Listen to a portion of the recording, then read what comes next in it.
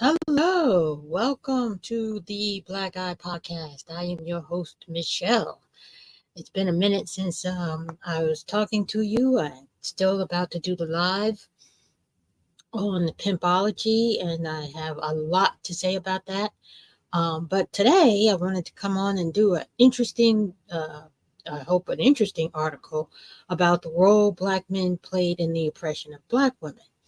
And it's important that we talk about this because a lot of times Black men, um, because of their influence, control or influence Black men's, they influence Black men, young Black men, to negatively toward Black women. Forgive me. I had a thought, girl. I know I did. But anyhow, I wanted to read this article because there's several articles actually. I'm not going to read them all today, but I am going to do some recording on some of them about the role Black men played in the oppression of Black women. And we have to understand that because every time Black women are trying to advance, Black men seem to be angry about it. Now, of course, it's not the whole, but it is most Black men. So without further ado, let's get on with this beautiful, beautiful, beautiful article, Black men and their role in the oppression of Black women. It says, when Blacks talk about any type of oppression, our frustration and anger is automatically directed at the white, heterosexual male. Yes, historically, we can attest white men have contributed to the oppression of Black people in this country. But seldom, if ever, do we as Blacks, but especially Black women, look at the role Black men have played in our physical and emotional pain until now. Actually, we don't. I swear to God, we don't. We don't really pay enough attention to the role Black misogyny plays. We call it misogynoir, yes. But it's only because Black men have made it so you can't escape it. Then they made it so palpable, so in your face that you can't escape it, that it is even being acknowledged. Um, let's go on. On Tuesday, May 5th, 2022, Atlanta stylist and controversial YouTube influencer Kevin Samuels ultimately untimely death set the internet streets on fire. From Black women rejoicing and not feeling any type of way to Black men mourning the loss of a man they considered to be the greatest of all time, the GOAT. Everyone had an opinion about his legacy, either good or bad. I certainly had an opinion about his legacy. I consider him poison. Okay, he is poison and a terrorist to the Black community. And I've said that before, and I'll say it again. He didn't bring anything good to the Black community. All he did was poison young minds and poison men against Black women at a time when we didn't need that kind of mess.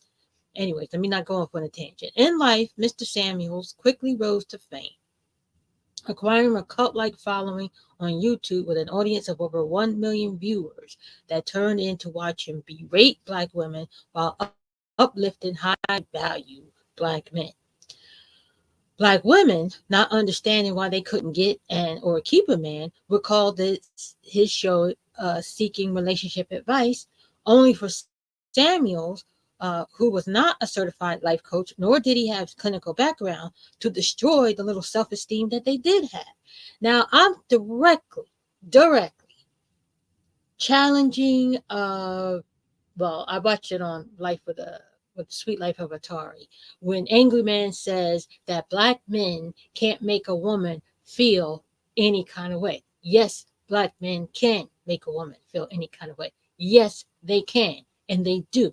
And I'm so tired of Black women saying, "Oh, I had a wonderful childhood and nobody did that to me." That's wonderful for you.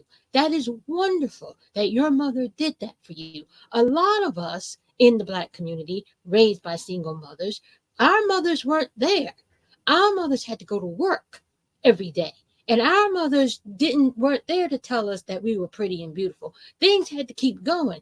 Lights had to be paid, rent had to be paid, food had to be bought. They were like rolling stones. They had to keep going to keep you alive.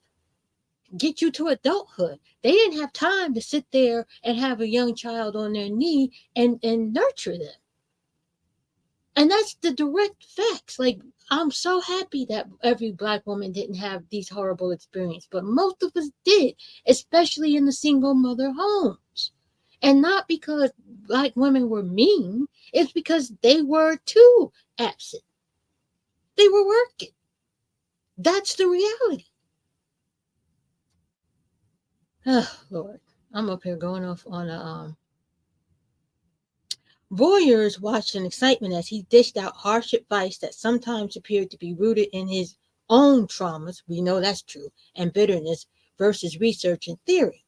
And although many now claim that they didn't agree with his delivery, none of them held him accountable regarding the possible harm he was causing during his time here on Earth. I have to disagree with that. Now, I remember it was T Salt. If I edit this, and I'm going to put that video in. But T Salt, another content creator, did a fabulous job of, she put together this video. Kevin Samuels did a man's video. He wanted to talk about man stuff. And all the men who came up on his, because he was slicing them down like bologna, slicing bologna, okay? And a lot of the men, some of the men, were challenging what he was saying about his behaviors toward women, the right to cheat. Some of the men were like, "What do you mean by that?" And they disagreed with him. And Kevin Samuels treated them the same way he treated the women. He cut them down to size, and he made them kind of look silly or whatever. And he was like, "I help the black community," blah blah blah blah blah. But he was kind of called to account. The thing is, no one actually watched that show when he did have it. He only did one show. He was supposed to do like a whole week where he was talking to men about men. No, no, no. When the men start calling him out, the few that came up there didn't agree with him, came up on his show or his panel, he cut them down to size, and he never did a men's show again. So I kind of yeah, that he was called out. Not enough to anybody to hear it, but yeah, he was called out. Some blacks refuse to have uncomfortable about the misogynistic behaviors of some black men, and refuse to hold them accountable for their problematic behaviors. Our denial or lack of action allows us as people to continue to pretend that a problem doesn't exist among our own, hence perpetuating a dark history of protecting the perpetrator while unconsciously shunning the survivor. While some influencers just shared the news and moved on, others tried to shame black women who were not saddened by his death. Who raised you people? You shouldn't speak ill of the dead. As I watched the unfriendly banter unfold across social media, the only words that came to mind were the audacity. In life, these same people turned a blind eye as Samuels made millions from causing emotional harm to black women for the sake of entertainment. And now they felt it was okay to tell his victims how they should respond and react. Why is that? I agree. I totally agree with this article. I agree with this so far. Because, yeah, they're like, oh, he did so good. I troll his IG channel. I don't anymore. But every so often, I get a little bug up in my bonnet, and I'll go over there and troll Kevin Samuels' channel, his IG. Oh, my God. What a sad, pathetic thing that is. What an easy troll that is. I know. Don't judge me. But yeah, I was one of the ones who said good riddance to bad rubbish. I felt he was the tree. He planted a poison tree, and he's still poisoning black young men to this day.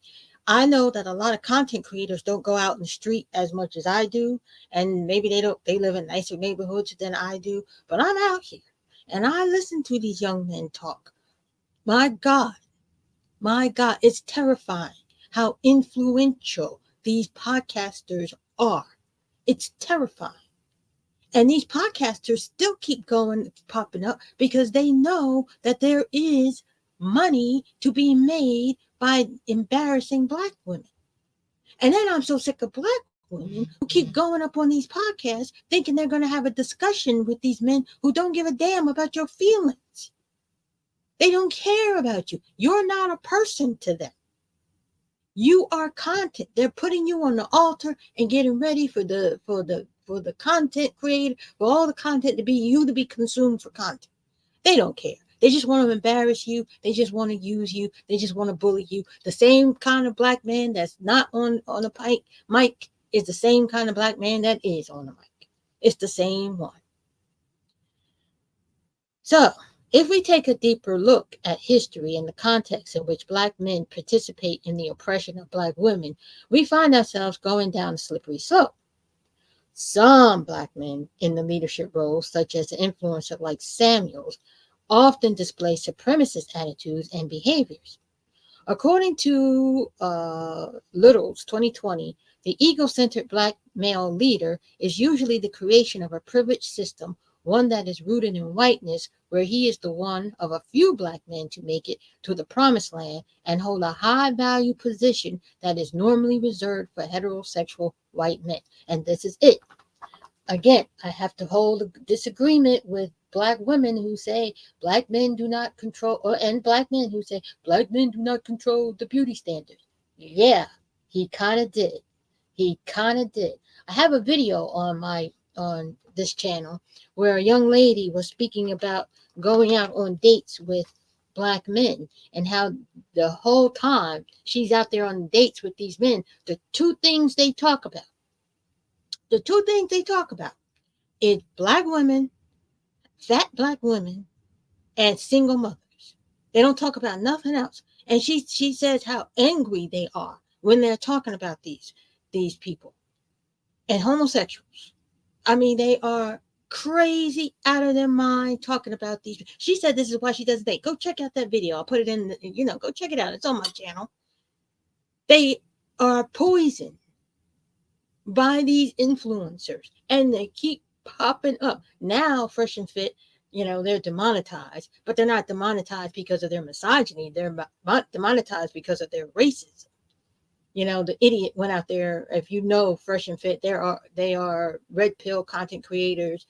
They get their thrills and their kicks, and they give their audience thrills and kicks by kicking women out and embarrassing women, and disrespecting women. And they have a huge disrespect for black women. Dislike, hate, misogyny, all that kind of stuff. But who cares about what's going on with the black women? Okay. This new positioning feeds into his male ego and adds fuel to his already flaming misogynistic behaviors, which can be equally as harmful to black women as that of white privilege. It is. It's more harmful, I would argue, because we expect our black men to treat us better than the white men, but they don't. The thing is, I expect white folks to mistreat me.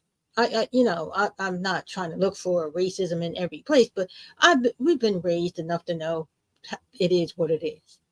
But I do not expect for black men to turn and treat me badly. And that's the shocker. And that's why black women were stunned. They came into the arena unprepared because they thought since they were standing with black men and they were fighting for black men that we were fighting side by side, only to find out that that was not the case. That was not the case at all. Black men were all off on their little thing and left the black women to sit there and deal with the enemy. And you'll see them online all the time. Oh, what about a black woman say, what about the community? And they'll say, oh, get somebody else to do it. They don't want to be, I don't want to be involved with the community. They've already divested.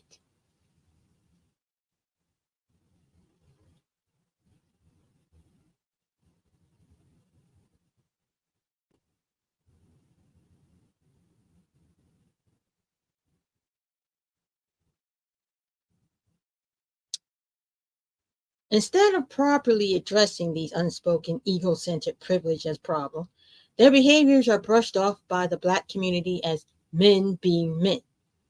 which continues to perpetuate the generational traumas that we refuse to address as a people. I agree. I was just on a live, no, I wasn't on a live, but I was in the chat of a live earlier where, you know, they're talking about black men on one hand, but they refuse to acknowledge that black men have any kind of responsibility for beauty standards in the black women. They're constantly degrading us for our uh, weaves, wigs, and what is it? Weaves, wigs, and lashes, and nails, and all that kind of stuff. And then the black man will get up there and say in the chat, black men do not set the beauty standards. Yeah, you do. If you got a podcast and a microphone and a camera and you're talking this kind of stuff and you're influencing black boys and young black men, you do set the standards. You do. Kevin Samuels talked about Big Shirley all the time. Big Shirley and single mothers. And he's still poisoning the tree. When we take a step back and examine this type of behavior in the context of social media and problematic influence like Samuels, the misogynistic attitudes and behaviors of black men towards a black woman may look like him body shaming her because she doesn't have the figure of the Instagram model. His toxic behaviors could be rooted in colorism, with him spewing to his followers that high value black men would never be seen with a dark skinned black woman. Tell me you're not setting the beauty standards. Tell me to my face you are not setting the beauty standards, black men. You do. You are influencing them. If you got it on your, and that's not, Kevin Samuels is dead. With his kitten heels and his red dress and his pink fur coat, he's dead. But the rest of y'all up here, getting up here talking about black men don't influence beauty standards, you do. You do.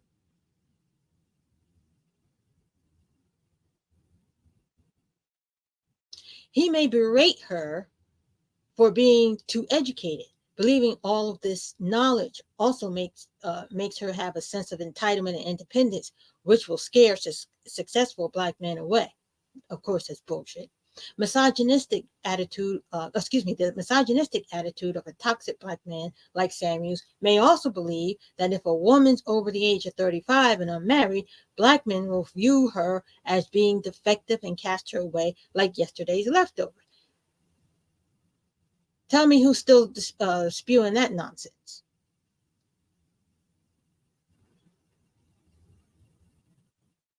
Turns out men are also over the age of 35, over the hill and over the dales with their deformed sperm. They get old too. They hit the wall and the wall hits back and stomps on their faces. Good Lord. I ain't calling any names, but y'all know who y'all be watching. Unfortunately, these black men don't just exist in the social media vacuum. Just as what I said. We can also find them in leadership roles in corporate America. That's what I'm saying. In our local, state, and federal governments. Hello. And within our schools, churches, and even down the street at the corner store. Let me tell you something. I was watching this other content creator who's supposed to be a Christian male. Christian male. He's up here talking about what's that nut's name? Oh yeah, Andrew Tate. Andrew Tate. Oh, Andrew Tate was right about a lot of things. Oh, and then he comes back and he goes, well, I changed my mind about Andrew Tate. He wasn't a good person. I'm thinking to myself, why would you, as a Christian male, even align yourself with this kind of nonsense? But see, misogyny, and women don't like to admit to this. They don't like to admit to it at all. But misogyny in males, not all males, because the Native American males were not misogynist, interestingly enough, but in males is instinctive because they had itchy ears. They want to hear that women are beneath them. They want to hear that men are superior. They want to hear that women are taking over the world and taking away their manhood. They like that kind of stuff. And you would think that men of the spirit or men of the church would not want to listen to this garbage. They would understand that when you read the Bible, you would understand that Jesus uplifted women. But none of them can tell you that because they're sitting here with the misogyny in their heart, souls, and minds. And they love that kind of stuff. Who was that guy? Officer Tatum on his show talking about Fresh and Fit. Oh, I don't really watch him. Yeah, you do. How can you be call yourself a Christian and watch that garbage? But you do. Now, you're probably not watching it. I don't know if a Christian man should be watching. No, you shouldn't be.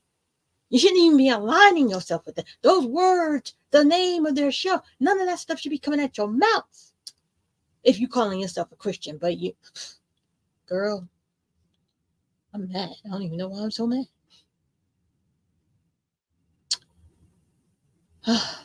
Goodness. Although Kevin Samuels has passed, the internet is already replacing him with another misogynistic black man who will be even more toxic and detrimental to the emotional demise and further oppression of black women. They're all popping up all over the place. You see them on TikTok. You see them over here. God, I wish you black women would stop going over there. Please stop going over there. Stop giving them attention. All they do is milk black women for pain. It's the pimp game. It's the pimp game. That's all they do is mine you for pain. And y'all go over there like you can have a real discussion. We're going to have a real discussion. They don't give a damn about discussing anything with you, but I've already said this. So what can we do to protect black women from these harmful individuals, both on the internet and within our interpersonal relationships and communities? First, we as blacks need to stop pretending that the suppression and oppression of black women in society only comes from white men and white women. Hello. I'm sick of the white supremacist stuff. Oh, I'm going to go off on that in a minute because we up here they're doing the same thing to you as the white folks do. The white folks ain't coming into the neighborhood unaliving black women every 5.5 hours, every 4.5 hours. They're not doing that. There are very few, if any,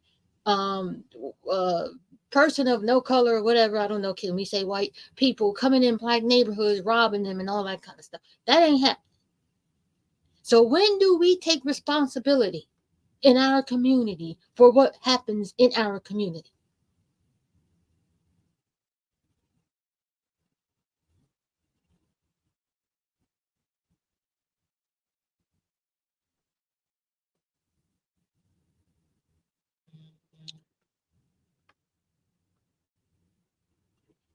Next, black men need to hold each other accountable. That ain't never gonna happen. I'm tired of the word accountability just for the sake of it.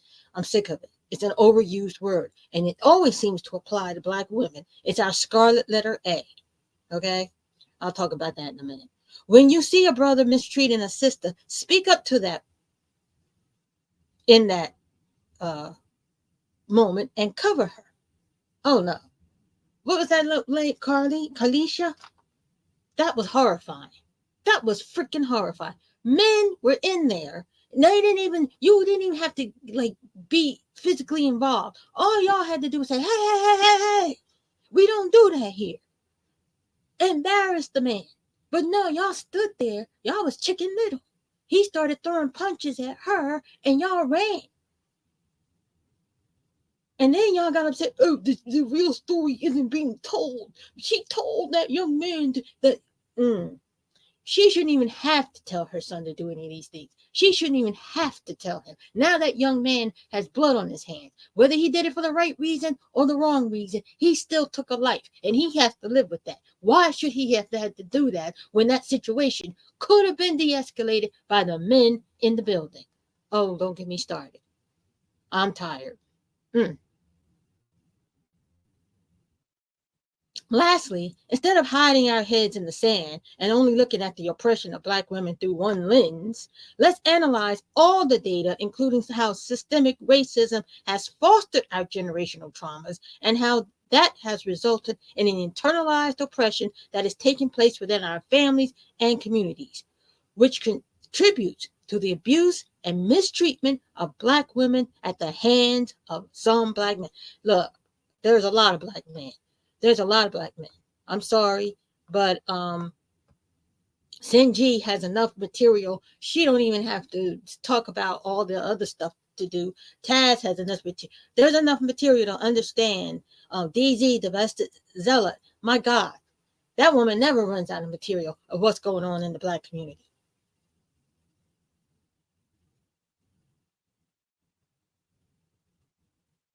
This is outrageous. And I'm glad that a black man, Dr. Yazid, wrote an article about this because I'm going through different lives on different platforms, basically TikTok and YouTube. But black women don't want to acknowledge that black men are oppressing you. If they're unaliving you every 4.5 to 5 hours, there's something going on here. They're not loving you. They're not having cute little warm fuzzy feelings about you. No matter how good your experience may be, you are a rarity. The majority of black women are struggling and they're choosing to be single.